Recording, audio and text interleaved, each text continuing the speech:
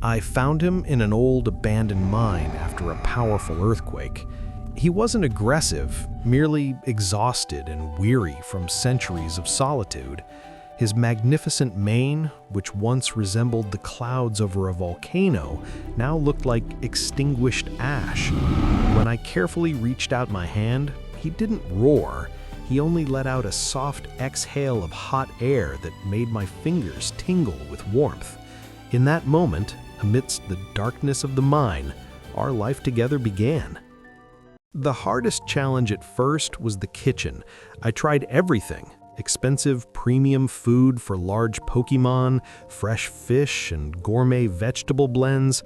Entei would only politely turn his head away, looking at me with a faint sadness. That was until one evening when I ordered a 4-cheese pizza for myself with extra spicy sauce and double jalapenos.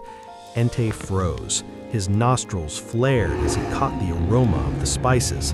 When I gave him the first slice, he squeezed his eyes shut in pure bliss. As it turned out, this majestic beast was a closet fan of Italian cuisine and pungent spices. Now, every Friday is our pizza night, and he patiently waits for his personal box, delicately picking up the hot slices with his teeth. We never quite resolved the issue of personal space, despite my best efforts. I hand-built him a luxurious bed of heavy fireproof canvas in the corner of the living room, but Entei quickly made it clear that my bed was his rightful throne. Every evening he would wait for me to pull up the covers and then, as delicately as possible for a giant, hop up on top. He always smelled of pine resin and sun-baked stone. I quickly got used to sleeping on the very edge of the mattress because my fire lion took up most of the space. His quiet snoring sounded like the soothing rumble of a distant volcano. Our mountain hikes were truly legendary. While other tourists spent hours struggling to light a fire in the damp woods, all Entei needed was a light sneeze, and in an instant we were roasting marshmallows and singing songs to a guitar in the backyard or by the tent. Entei didn't know how to sing in the human sense, but he purred in a low register, creating an incredible acoustic effect.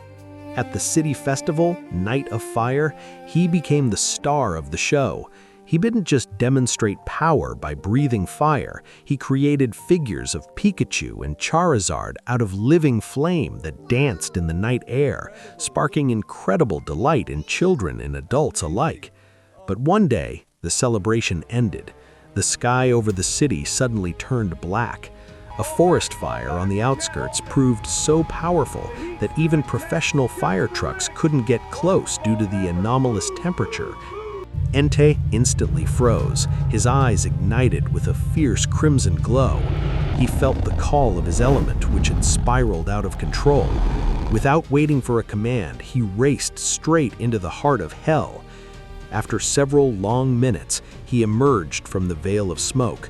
On his broad back, clinging tightly to his thick, warm mane, sat 2 little boys who had gotten lost during a school field trip. Setting them safely down into the arms of stunned rescuers, Entei turned back toward the forest. He let out a roar so mighty and commanding that the ground beneath our feet trembled. Instead of breathing fire, he did something unbelievable. He began to suck it in. When the last spark of fire died out and silence fell over the forest, Entei calmly walked back to me, reminding me that despite his majesty, he's my best friend.